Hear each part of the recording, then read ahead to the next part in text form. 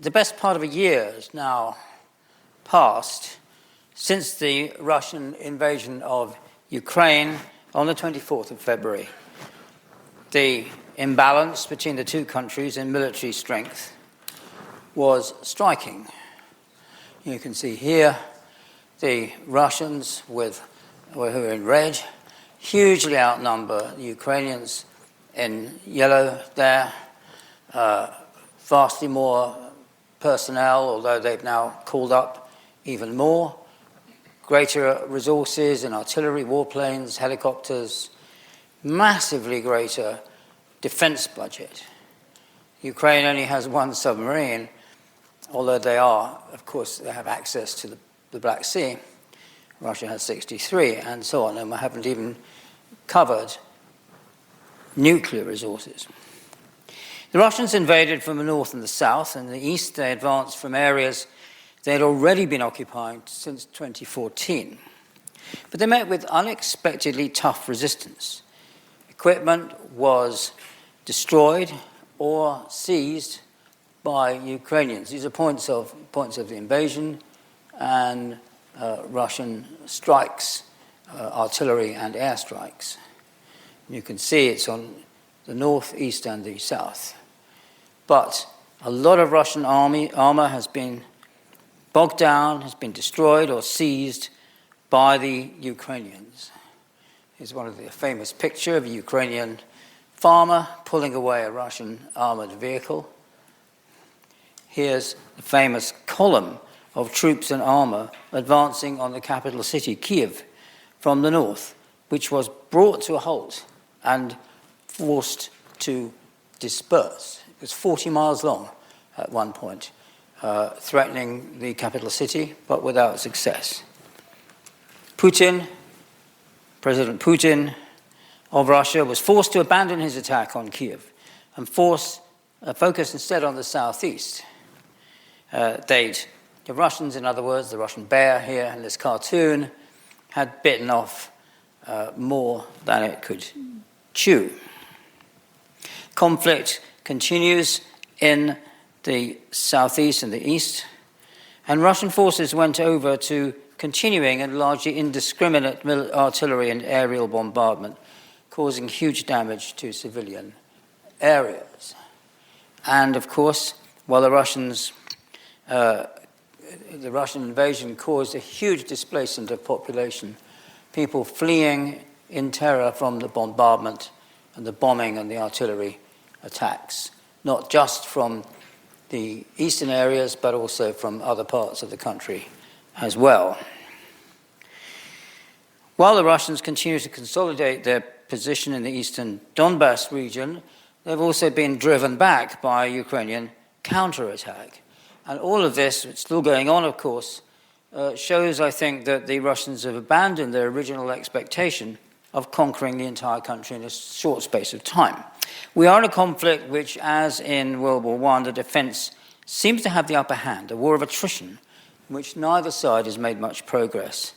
Ukraine is fighting on its own territory, but is succeeding in destroying bases and supplies across the border. And so this is a conflict that is dragging on. I think expectations of a swift Ukrainian victory are probably misplaced, but clearly at the moment they have the upper hand. It's not just a regional conflict, it's having global effects. The enormous outflow of refugees and displaced people from Ukraine, over 6 million by this summer, has had a massive impact on Eastern European economies in particular. And Ukraine famously is the breadbasket of Europe, so-called. It was effectively blockaded for several months, not to mention the damage done to its agriculture by the war.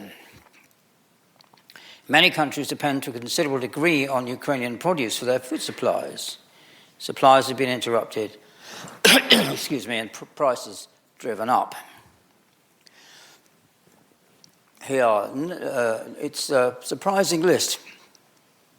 Wheat imports, for example, sourced from the Ukraine. Moldova, next door you might expect, but Lebanon, Qatar, Tunisia, Libya, the Middle Eastern countries, even Pakistan, are heavily dependent on wheat from Ukraine. And 42% of global exports of sunflower oil come from Ukraine. So no wonder it's having this kind of knock-on effect all over the world. And of course, Russia's oil and natural gas resources have been vital in supplying other European countries, particularly Germany, and the blockade of Russian trade with retaliatory measures it's been a major factor in a massive hike in energy prices, which we're all suffering from. There have been some small successes in negotiating resumption of grain and food exports from Ukraine, but the situation is still particularly bad. And it's quite clear that Putin is using gas and oil supplies as a weapon in order to try and persuade the countries which depend heavily on Russian energy supplies to put pressure on the Ukrainians to come to negotiated settlement. NATO countries, especially Germany, have been forced to re-examine their defense policies, increase their expenditure on arms. Russia has depleted its resources of manpower and material and is increasingly dependent on out-of-date military equipment. It's called up 300,000 more men to the armed forces, but it's clear there's some resistance to that, and also it's pretty indiscriminate. They're not the kind of veterans and experienced troops that is sometimes been claimed by Russian state-controlled media. So how effective the call-up will be remains to be seen.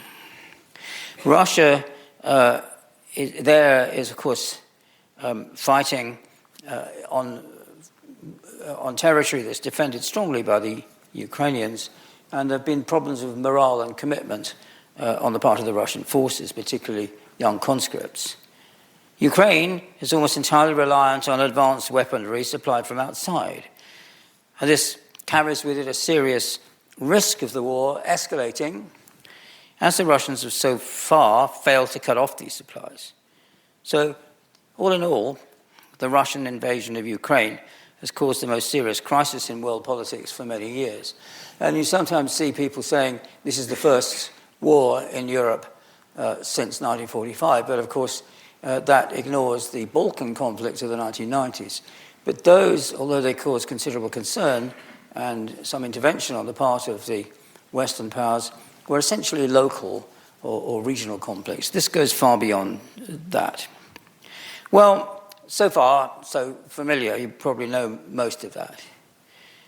Every day we've been deluged with information about the latest situation. In an age of 24/7 news media, the dramatic events have been on our screens day and night. There's no excuse for not knowing what's going on. What I want to do this evening is to produce some historical perspectives on this. What are the long-term factors, if any, behind the conflict? Are there any historical parallels?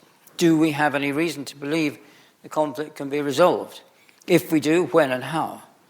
History, mobilized into propaganda on both sides, has played a major part in reporting the conflict. How accurate is the history we're being shown? What exactly is new about the present war? Well, kind of back to basics. So let me begin by reminding you of where Ukraine is and where it's been over the past centuries, a more complicated question than you might think. To begin with, Ukraine has not been an independent sovereign state for very long. In the early modern period, so the 17th, 18th centuries, Ukraine began to emerge from the breakup of a large, now largely forgotten state, the Polish-Lithuanian Commonwealth. Through most of the 18th century and the 19th century in particular, Ukraine was part of Tsarist Russia.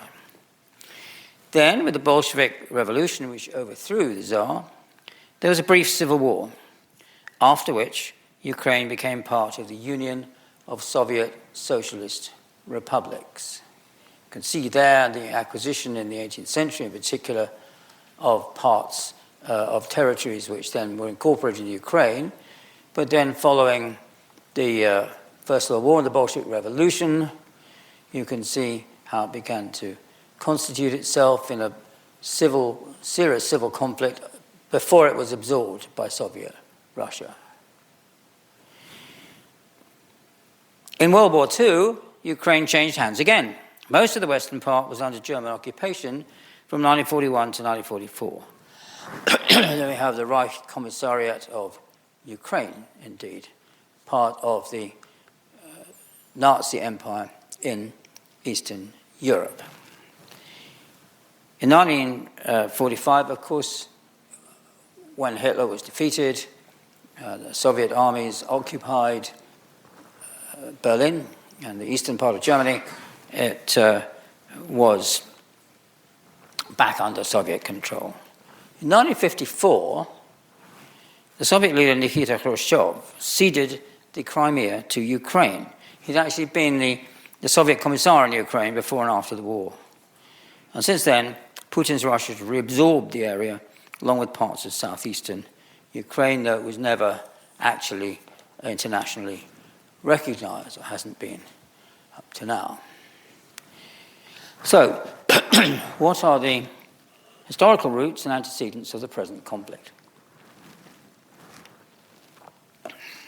Almost as soon as Vladimir Putin and his forces invaded Ukraine, political pundits and parts of the media began comparing him with Hitler. Both men imposed dictatorial rule over their respective countries. Both men suppressed dissent and eliminated independent media. Both men had no hesitation in murdering people they considered a threat to their rule. Both Hitler and Putin invaded a series of neighboring countries. Both used lies and disinformation to justify their actions. More strikingly, perhaps, both used a symbol, in Putin's case, Z, and of course in Hitler's the swastika, to advertise support for their aims. Both men had no hesitation in causing death and destruction on a massive scale to further their ends. Jonathan Katz, a Washington-based director of democracy initiatives, has said, and I quote, "Putin is this century's equivalent to Hitler. Putin's character," he says, "disturbingly mirrors the traits of Hitler. For me," the former director of US National Intelligence, James Clapper, has told CNN, "Putin is a 21st century Hitler," a phrase used by a variety of commentators, ranging from the former Irish Taoiseach, Prime Minister Leo Varadkar, to the Ukrainian Minister of Defense. British Liberal Democrat politician Norman Baker has claimed in the Daily Mail, "Everything Vladimir Putin does," he says, "echoes Adolf Hitler." Even the Prince of Wales, now King Charles III, speaking to a Jewish Holocaust survivor in Canada in 2014 after the Russian invasion of Crimea, said, "Putin is doing just about the same as Hitler." Critics of the West's cautious approach to Putin's territorial aggrandizements routinely invoke parallels with the Munich Agreement in 1938, in which Britain and France sought to appease Hitler and avoid a general war by forcing Czechoslovakia to give in to the Nazi dictator's demands for a large chunk of its own territory.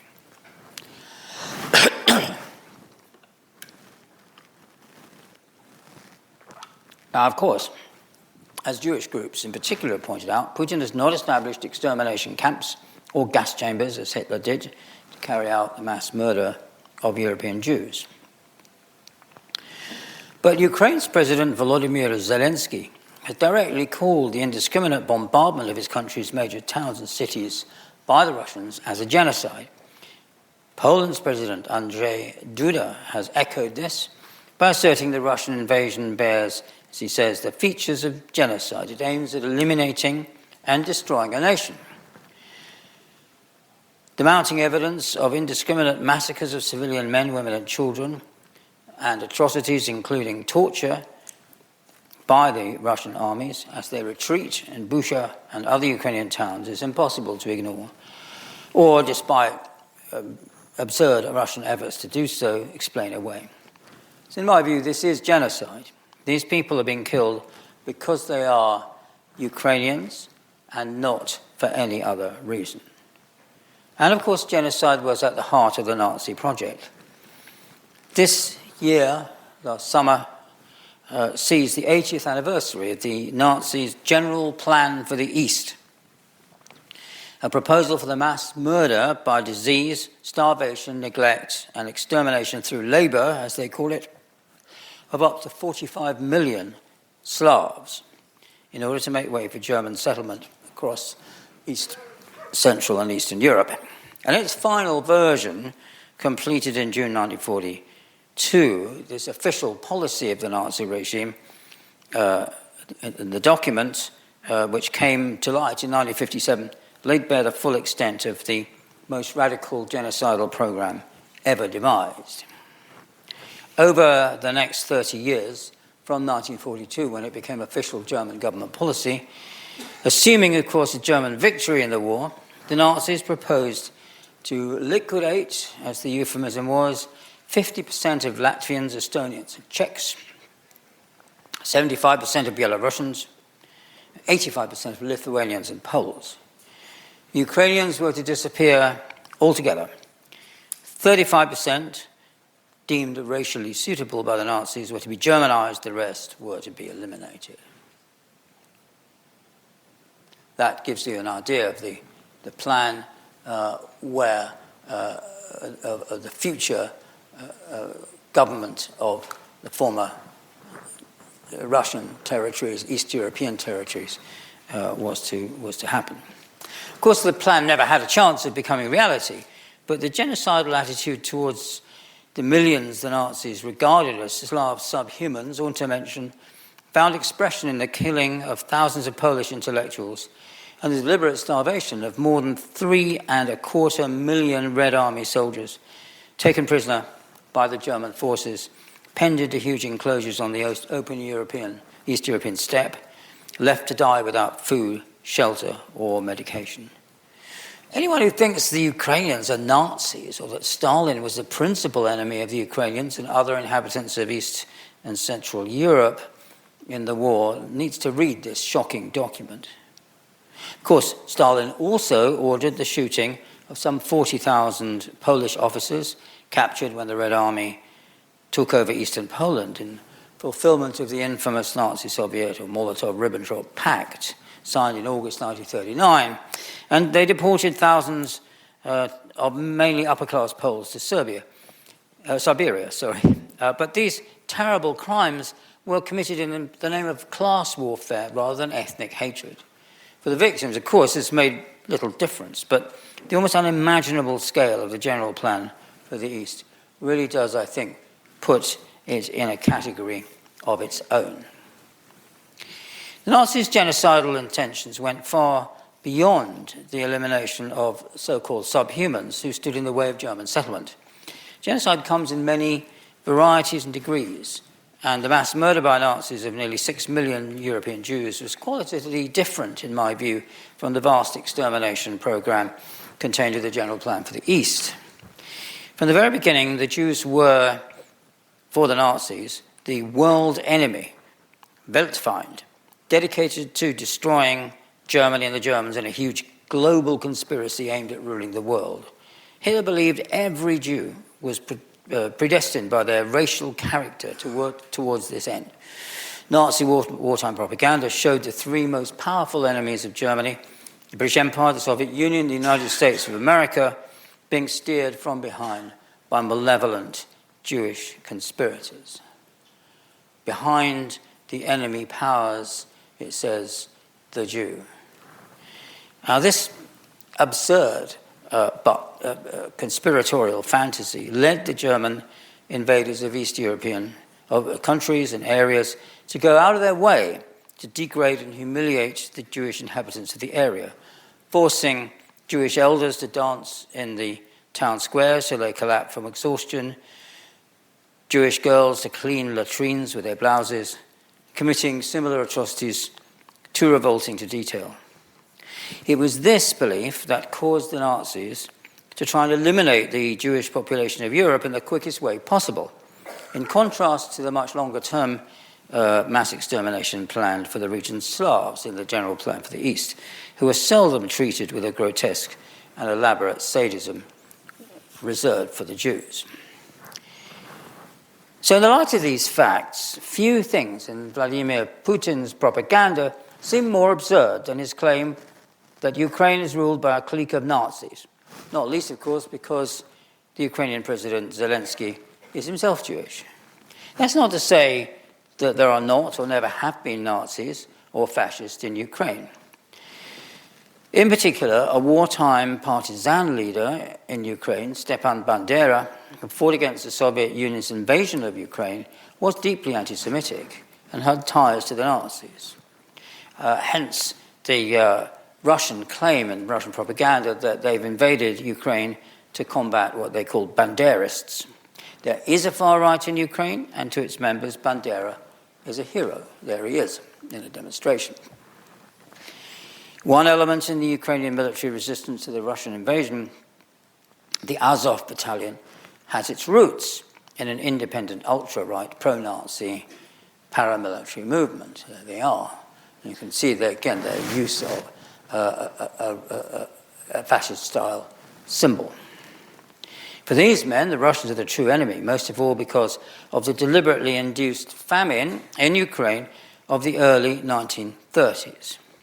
And many on the Ukrainian right, including the pro-Western government in power a few years ago, have tried to give the famine equal status with the Holocaust by providing it with a similar name, Holodomor, and claiming that its victims numbered 6 million or even more. Since the war began, however, the Ukrainian government has taken steps to swamp the neo-Nazi element in the Azov battalion. It's now reckoned to be about 20%, and of course that's only one small part of the Ukrainian armed forces. Because the Ukrainian fight for democracy, it's important to remember, is at the core of the resistance to the Russians. It's a fight for the Ukrainian people's right of self-determination, their rights to decide their own future. It's a fight against a regime in Russia that has extinguished democracy and crushed civil rights, free expression, independent news media, and all political opposition. Putin looks back to World War II as a model for the war against Ukraine, and he bases it on an appeal to Russian patriotism. He's sanitized all aspects of the Russian past, from Tsarism to Stalinism, in his bid to boost patriotic sentiment and, by extension, support for himself, of course. And his regime in Russia emerged in the end of the 1990s out of the unrestrained greed of the transition from communism to capitalism after the fall of the Berlin Wall, a transition that created the billionaires we now know as oligarchs. It's an ultra-capitalist regime. It's a kleptocracy that's corrupt to the core, and it's a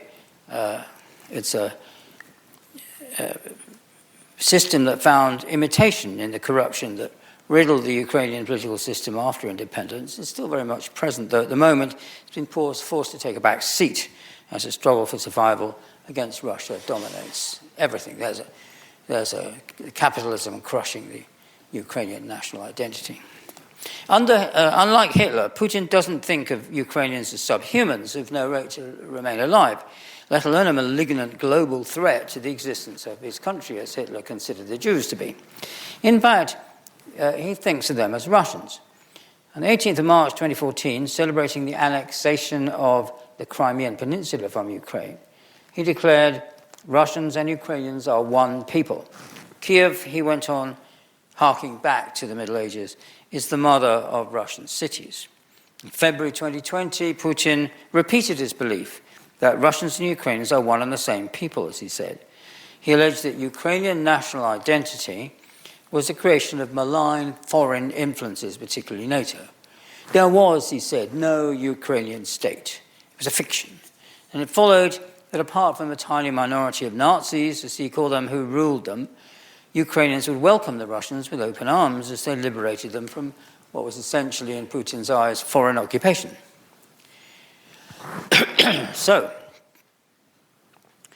Russian military conscripts were not prepared in advance for the invasion. They were quickly disillusioned as they encountered unexpectedly stiff resistance.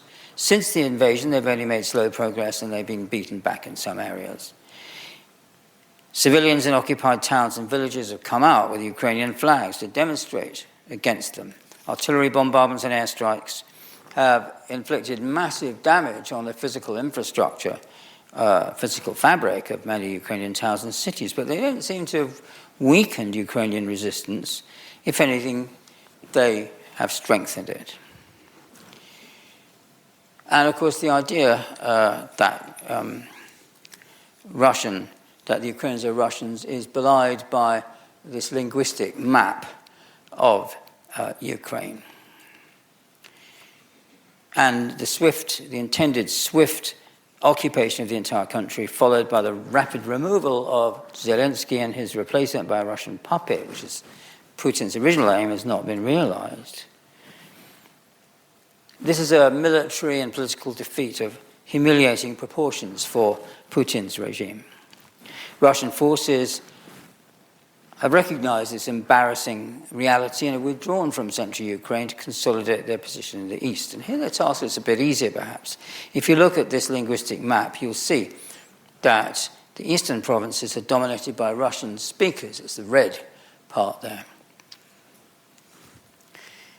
In the central and western parts, it's Ukrainian speakers who dominate. Ukrainian is not a dialect of Russian. It's a separate language. It's more closely related to Belarusian, with a distinct grammar and spelling, which we've actually all learned in the last months by spelling Kyiv in the Ukrainian way, K-Y-I-V, rather than K-I-E-V, the Russian way, and Odessa with one S, and so on. As a result of decades of domination by Russia, many, if not most, Ukrainians can speak Russian. But there's no doubt they have a distinctive culture and identity, an identity that Putin is determined to obliterate in the eastern provinces by holding, for example, rigged plebiscites just the last few days, where no doubt 99% of the voters will opt to join Russia, recognizing their essential Russianness. If you believe that, of course, you believe anything. Now, it's here, if anything, that the parallel with Hitler's invasion of the Soviet Union can be found. For Hitler also expected a swift and easy victory as he sent his armies, more than 3.5 million men with thousands of tanks, self-propelled guns, armoured vehicles, combat aircraft and artillery, across the border of Nazi-occupied Poland on the 22nd of June 1941. So confident was Hitler that the entire edifice of the Soviet society, which he conceived of as a vast mass of ignorant and subhuman peasants ruled by a tiny clique of manipulative but unpopular Jewish Bolsheviks, would collapse, that he didn't even bother to equip the troops with winter clothes. At first, his confidence seemed to be justified. Along a 1,000-mile front, the German and Allied armies, Italians, Hungarians, and so on, Romanians, advanced at breakneck speed, encircling and capturing or killing hundreds of thousands of Red Army soldiers. Hitler and his generals are euphoric. That's really not saying too much. Franz Halder, the chief of the German Army Supreme Command, noted in his diary on the 3rd of July 1941, "If I claim that the campaign against Russia has been won in 14 days. But Halder and his master had miscalculated. As Ukrainian peasants greeted the invading troops with the traditional welcome offerings of bread and salt, expecting liberation from the horrors of Stalin's rule, they were met with more horrors as the Germans looted and burned their way through the countryside, reduced towns to rubble, and met even minor acts of resistance with mass executions and the torching of entire villages.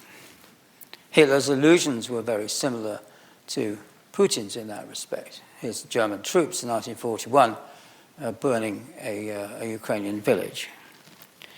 Thousands and thousands of such scenes were repeated right across the area of conflict.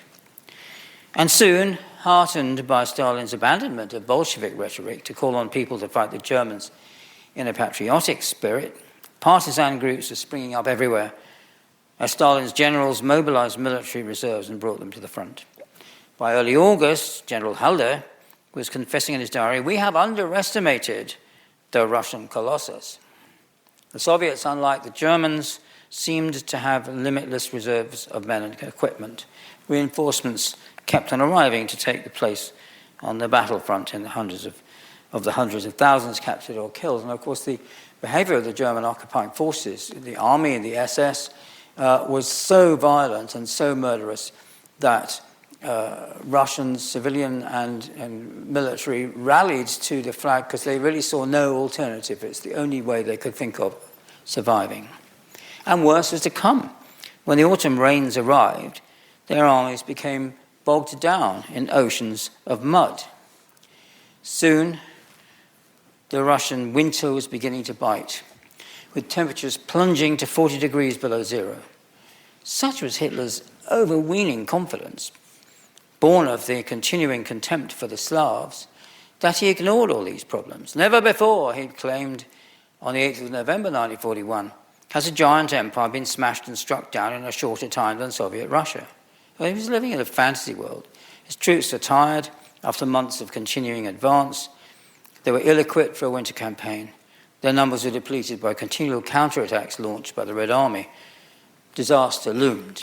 And when the Soviet general, Georgy Zhukov, bringing fresh reserves across from the east, where the Japanese had turned towards the Pacific, away from Russia, launched a counterattack, the Germans were forced back. In the terrible winter conditions, they began to freeze to death in their thin summer uniforms. Hitler's propaganda minister, Joseph Goebbels, launched a massive campaign to get German civilians back home to send winter clothing to the beleaguered army, but it was too late. Under the strain of defeat, one senior German general after another suffered a heart attack or a collapse in health and resigned, including Halder himself. Hitler regarded anything other than uncompromising resistance to the advancing Russians as cowardice in the face of the enemy. Any general who ordered a strategic withdrawal in the interest of preserving the life of his troops was met with instant dismissal. Furious with his senior officers, Hitler took over as commander-in-chief himself. And the following months in 1942 saw the German forces advance once more in the east, but it was a false dawn. The winter of 1942-3, the Battle of Stalingrad, sealed their fate and inaugurated a period of continuous retreat that ended only in 1945 with the Soviets occupying Berlin and Hitler committing suicide. Both Hitler and Putin have been encouraged in their deadly illusions by subordinates who have not uttered a word of criticism of their policies. This may well be because of the fear of the consequences of disagreeing with their master. Televised meeting of Putin a few months ago with his leading advisors showed him relentlessly bullying them until he got the support he wanted. As for Hitler, anyone, especially a leading general, who disputed his policy of never giving an inch to the enemy was likely to find himself cashiered from the army and without a pension. But both dictators surrounded themselves also with true believers, men who'd long since surrendered any independence of judgment and just acted as a kind of echo chamber for their leaders' views. Bless you. In the cases of both Putin and Hitler, ideology, Russian nationalist belief in the essentially Russian character of Ukrainians in the first case, a dogmatic conviction of the superiority of the so-called Aryan race in the second, created an overconfidence that led to a humiliating military defeat. In both cases, an invasion that was supposed not to meet any serious resistance turned into a disaster. In both cases, a dictator acted on ideologically driven assumptions that quickly turned out to be false. Both Putin and Hitler began to project their own murderous beliefs onto those they imagined to be their enemies. Hitler and Goebbels justified the Holocaust, the mass murder of 6 million Jews, by repeatedly claiming that the Jews, in their turn, were aiming to exterminate the German race, while Putin and his subordinates have justified their assault on Ukraine by repeatedly claiming that the so-called Nazis in the country's leadership were aiming to exterminate the Russians in the Donbass region in the east. But there, the resemblance ends. To judge from his speeches over the past few years, Putin, who said he regards the collapse of the Soviet Union at the beginning of the 1990s as a national catastrophe, wants to recreate the Russia of his early years and reabsorb into it neighbouring states that he believes have no right to an independent existence. This is a particularly groan-inducing pun there, but that does kind of express his what he thinks that he's doing. He's evidently prepared to use any means he considers necessary to achieve his goal. At the moment, at least, the conflict as such seems confined to one part of Europe. The aims of the invasion limited, even shrinking, as Putin's abandoned the idea of regime change in Ukraine and is opting for the division of the country instead. And as the breadth and depth of Ukrainian national consciousness have become clear, Putin and his troops seem to have become convinced that the Nazis they claim to be fighting are not just a tiny clique, but virtually the whole people.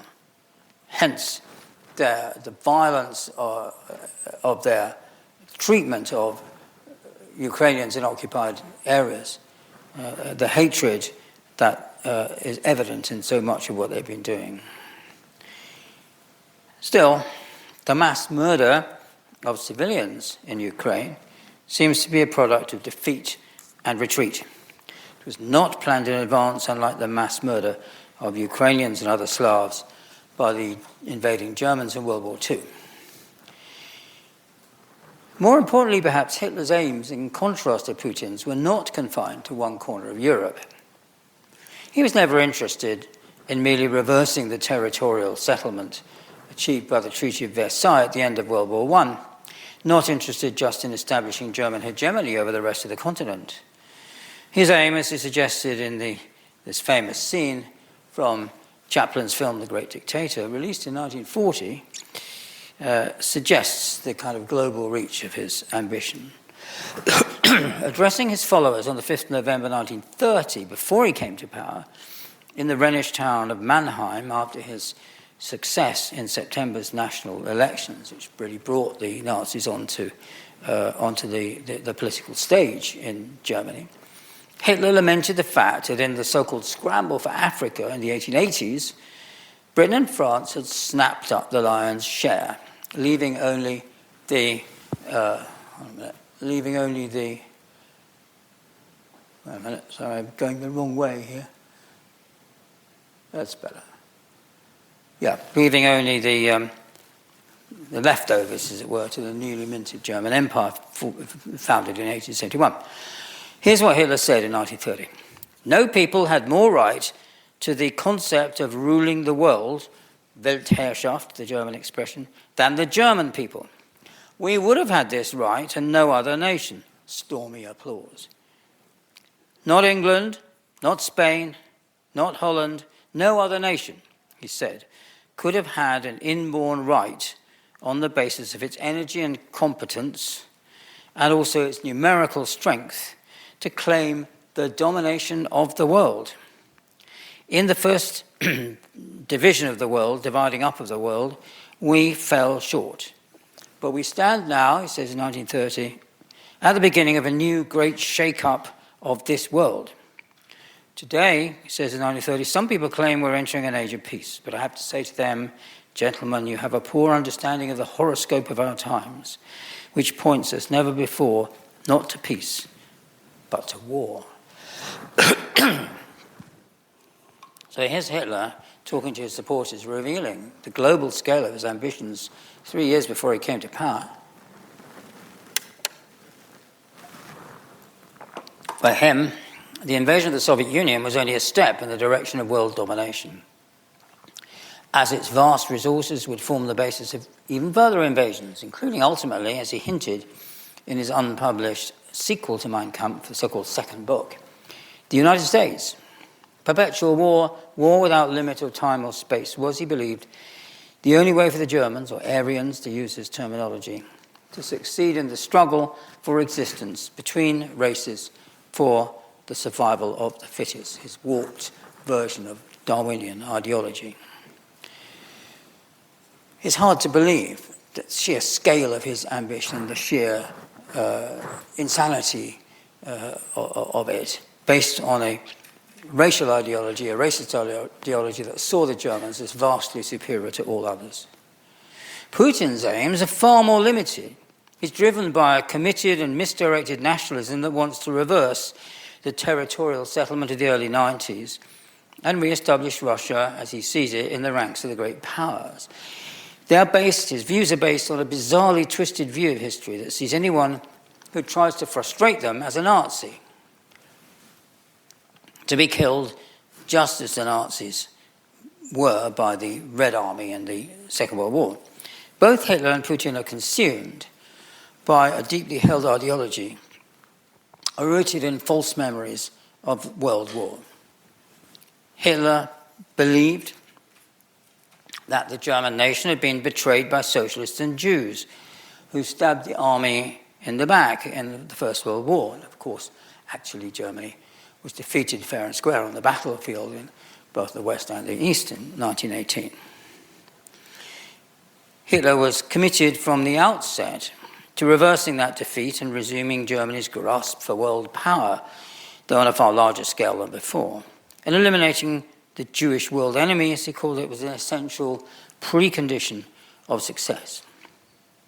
Putin believes that the Russian nation was betrayed by leaders who weakly abandoned its integrity of the country after 1917 and again after 1989. He too is committed to reversing what he believes to be historic defeats. Genocide was the result of both sets of beliefs.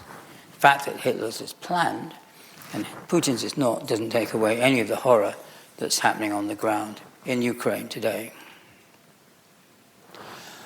What has the West's response been and what should it be? Since the fall of communism in 1990, NATO, the North Atlantic Treaty Organization, a military defensive alliance dominated by the USA, has steadily expanded eastwards. And the first obvious result of Putin's invasion of Ukraine is that NATO's in the process of acquiring more members. The more aggressive Russia has grown, the more necessary membership in NATO has become. It's Russia that's provoking a response here, not, as some have claimed, the other way around. There's no credence at all in the view put forward by Russian propagandists that the invasion of Ukraine is a response to the eastward expansion of NATO. Secondly, NATO, the EU, the USA and their allies have responded by placing embargoes and sanctions on the Russian economy and especially on Russian exports.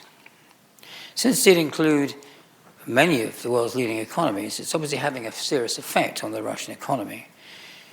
But that won't be enough to cause a general uprising against Putin in Russia. Sanctions seldom have such a dramatic effect.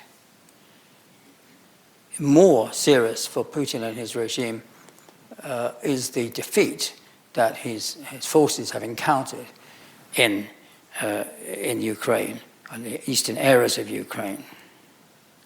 It's also important to note that many countries in the world support Russia, or at least are neutral, don't support the West, like China and India, the two largest countries in the world in terms of population. Although there are signs now that these countries are beginning to become impatient with Putin and realize that his aims are not going to be achieved, at least not in the short term. There's a particular problem with Europe's supplies of natural gas, which depend heavily on Russia, particularly, of course, in Germany. But there are other pipelines that you sketched on this map that are also significant. It'll take some time for this dependency to be reduced, giving Putin a significant lever over European policy especially whereas in Germany or in more southerly states, the dependency is particularly strong. Finally, as I've already said, Ukrainian defense against Russia is heavily dependent on Western arms supplies. These become ever more vital over time as a counterbalance to Russia's often obsolete equipment, but an enormous superiority in manpower. In this way, the conflict has escalated, though it's stopped short so far of involving nuclear weapons, even so-called tactical ones. And, of course, to cross that threshold would be a really serious escalation with incalculable consequences. The system of international great power relations based on mutual nuclear deterrence since 1945 has so far held. On the other hand, there's no doubt that we've now entered a kind of second Cold War with Russia and to a considerable extent also China pitted against the West. And these are dangerous times indeed. Thank you very much.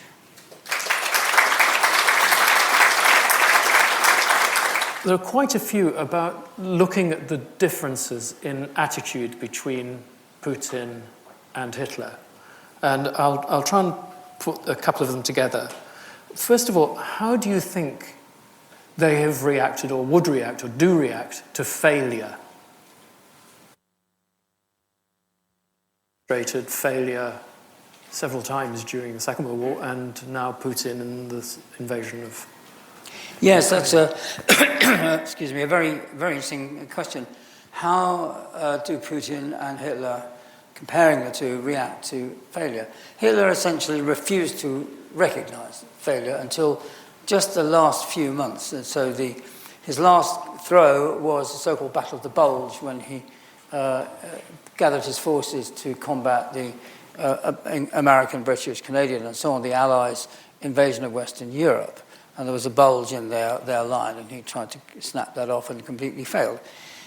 He had a kind of breakdown after that and basically said, it's all finished.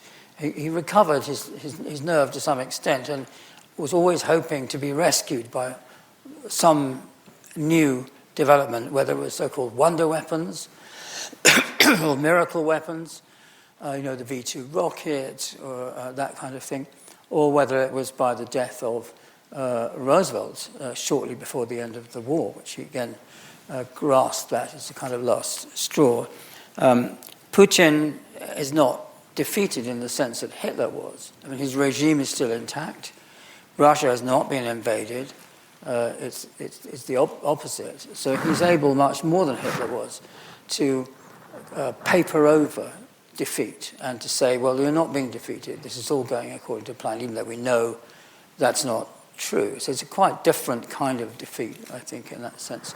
Hitler's is far more final and extreme. In propaganda, of course, neither of them, public propaganda, could afford to admit that they were being defeated. Hitler, from your description, demonstrates almost nationalistic fervor, this racial purity belief. Russia, in the form of Putin's leadership, looks, at least in some ways, to be supporting an oligarch, criminal-based society. Do you think there's a difference between nationalism, racial purity on the one side, and supporting this oligarch, criminal, financial leadership, which is there in Russia at the moment?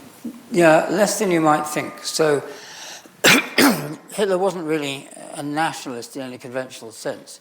He was racist. He believed in the so-called Aryan race, and he was generally generous enough to extend that categorization to Scandinavians, for example, or some of the Dutch.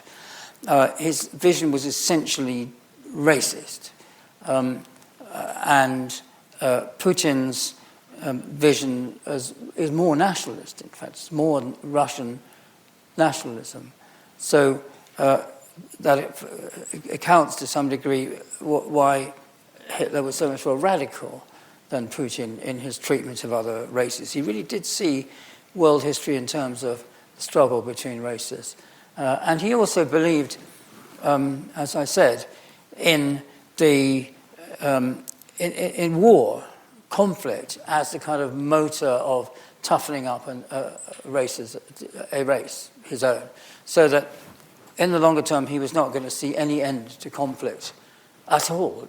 War was going to be perpetual and universal. As I said, Putin is much more limited in his vision for Russia and its future. What he doesn't like is to see criticism of Russia and the Russians, and that's why, rather strangely to us, I think, he's managed to kind of praise Stalin as well as the Tsars.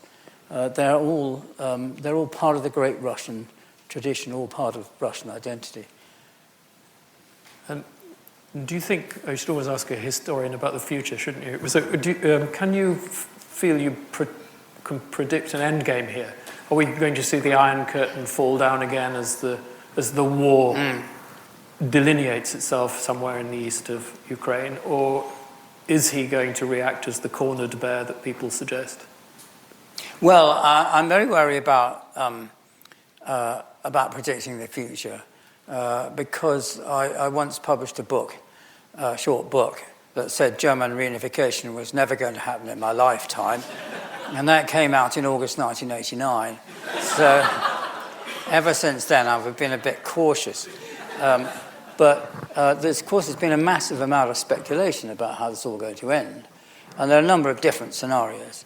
But at the moment, both sides are digging in. The negotiated settlement does not look as if it's on the cards. If anything, it's deepened. Ukrainians are clearly not going to give up until they've got all their territory back. They might be prepared to negotiate over Crimea, but certainly not the Donbass region. And Putin cannot afford to admit defeat. So one possible scenario, which has been canvassed, is Putin is overthrown by a less uncompromising politician or politicians. But he is a dictator who has got a very, very tight control over the country. The only way a regime like that actually ends is by being overthrown from within, so within the hierarchy. The other thing I'd like to say is that Hitler's regime was also a regime of corruption and of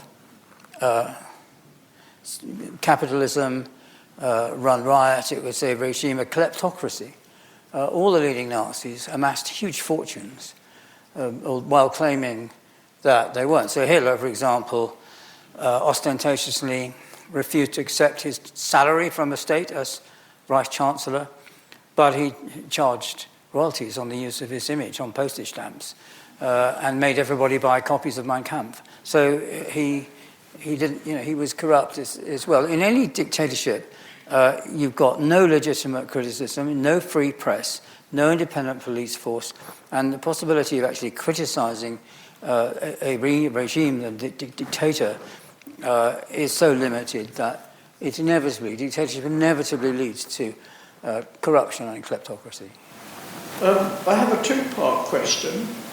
Frau Merkel, of course, spent most of her life in Eastern Germany, so she would have known what the Russians were like. She spoke the language, of course, herself. And her government was really responsible for having the pipeline, bringing the fuel, in fact, directly from Russia into Germany. The other part of, I don't know whether anybody actually opposed that policy or not. I'm not sure about that. The second part of my question, and I think my memory is correct on this, but I may be wrong, that Zelensky's predecessor banned, in fact, the use of Russian in the Ukraine. This reminds me of the silliness of the British government 40 to 50 years ago, banning Welsh, in fact, on street signs and direction signs and so forth. Do you think one or both of those were important initial conditions for Putin, in fact, to launch his invasion of the Ukraine? Well, what we're really talking about here, of course, is the Western reaction. And I think the German dependency on Russian particularly natural gas supplies, is partly, of course, as you suggested, a product of the relations between, the personal relations between Merkel and Putin. Merkel grew up in East Germany, speaks Russian. Putin was a KGB agent in Germany and speaks German. So they were able to get on a personal level. However, you have to remember that Gerhard Schröder, her predecessor, the Social Democratic Party, and she's from the Conservative Christian Democrats, was also, and has also, and continues to be closely involved with the Russians. What's behind all that, I think, is a feeling of the German political elite that a feeling of responsibility, even guilt in some cases, for the atrocities of Nazism and a desire to overcome these.